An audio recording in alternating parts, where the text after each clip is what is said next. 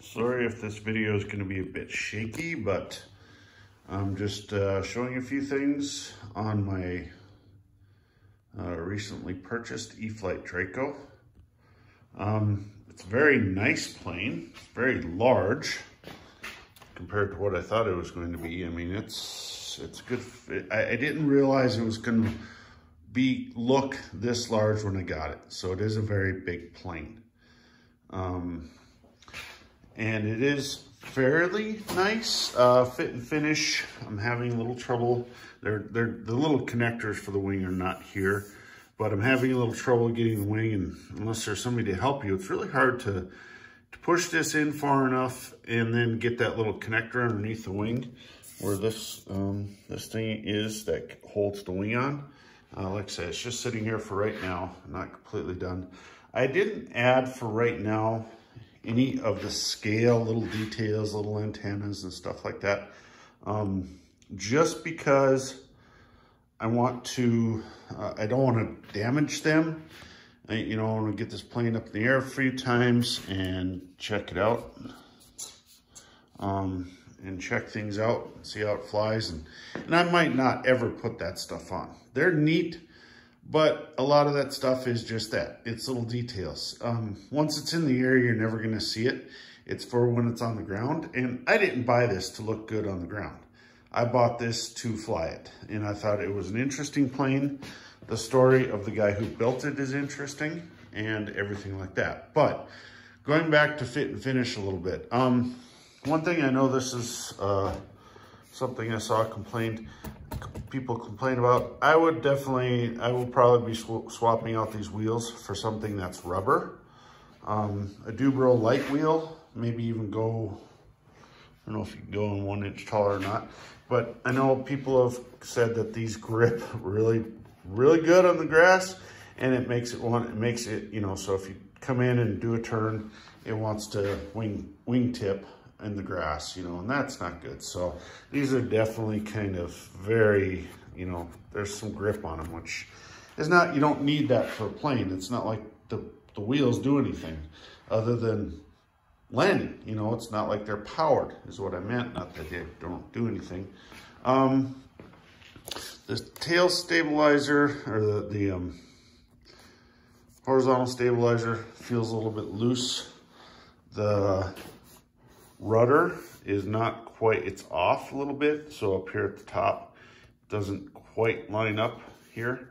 Could have been pushed over. Maybe it's not much, but it's just noticeable.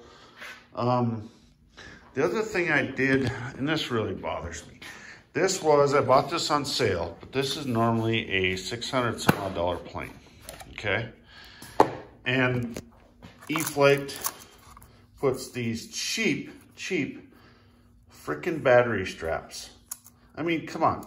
What do the good ones cost with a decent end on them that has a little plastic end that's sewn on, that it looks like a little buckle?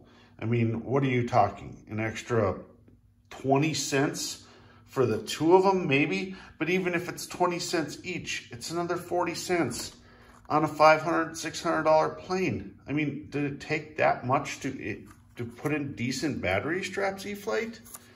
I know you guys are, hey, you gotta save money. Well, save money someplace else. Save money away on some of these details that a person really doesn't need, But whatever. The other thing I would say, I wish they would have made the shocks more easily so you could take them apart, because those springs are really stiff. The back one is good, but these front ones are really stiff on the springs. And it would have been nice if you'd have been able to adjust the spring tension a little bit. Other than that, it's a fairly nice plane. This thing makes me a little bit nervous, this leading slat.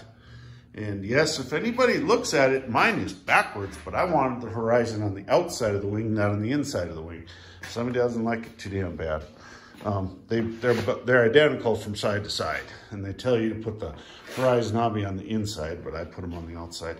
But they are definitely flimsy. I mean, even just moving the wing around, you can tell you got to be extra careful with that.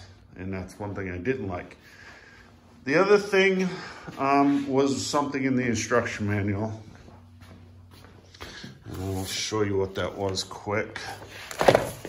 So in the instruction manual, right off the get-go, it tells you to install this, I guess I don't know what it would be called. It's to help prevent a wing strike on the ground. Or at least if you do have a wing strike, it's not going to damage the wing. And then the counterbalance. And I thought somewhere I read or saw somebody say what the counterbalance was functional, which I mean it is, but it's extremely light, so I don't think it's that big of a deal. But it tells you to install them. Then it tells you to flip the wing over and put on the slat. Well, that's exactly backwards. You should put the slat on first, and there again, I saw this on another video. The slat on first, and then come back and do these. But I was gonna do these, the counterbalance last, and I decided, no, I'm gonna just leave it off for now, just so it doesn't tear off and damage the wing. So for right now, all the little detail parts, the step, the counterbalance, the antennas, I'm not going to install them for the first few flights, and I might not ever install them because some of that stuff it's neat, but it's just there for looks. And like I said, when this plane is in the air, 100 feet away from you, you're never gonna see those anyway. So it's a very nice plane, but there again, Eflite, every Eflite plane I have ever owned, they've dropped the ball somewhere. And they ask a premium price for this stuff. And, you know, okay, so the design and the build on this was unique. It was very nice. You can definitely tell they upped their game, but this wasn't cheap. This is a very expensive plane. And I think they could have done a little bit better job. And I think the ugly frickin' pilot they got in there, it doesn't even really look like the dude. Where is he? Doesn't even really look like him. But he is ugly. And I don't really care for the pilot, but whatever, one of them things. Anyway, oh yeah, these were a little bit of a pain in the butt. The fit and finish here was not perfect at all. I think that might be a problem going forward, but we'll see. So anyway, all in all, not a bad plane. I think Eflite could still, I mean, it's 90% of the way there, but there are definitely some things to where I think they can up their game just a little bit more and increase or make the fit and finish just a little bit better. All right. Hope you enjoyed this. If you did, give me, you know, as everybody else says, I am trying to grow my YouTube channel, and I would appreciate a like and a thumbs up, or sorry, a thumbs up, and if you would subscribe, because like I said, I am trying to grow my YouTube channel. Bye.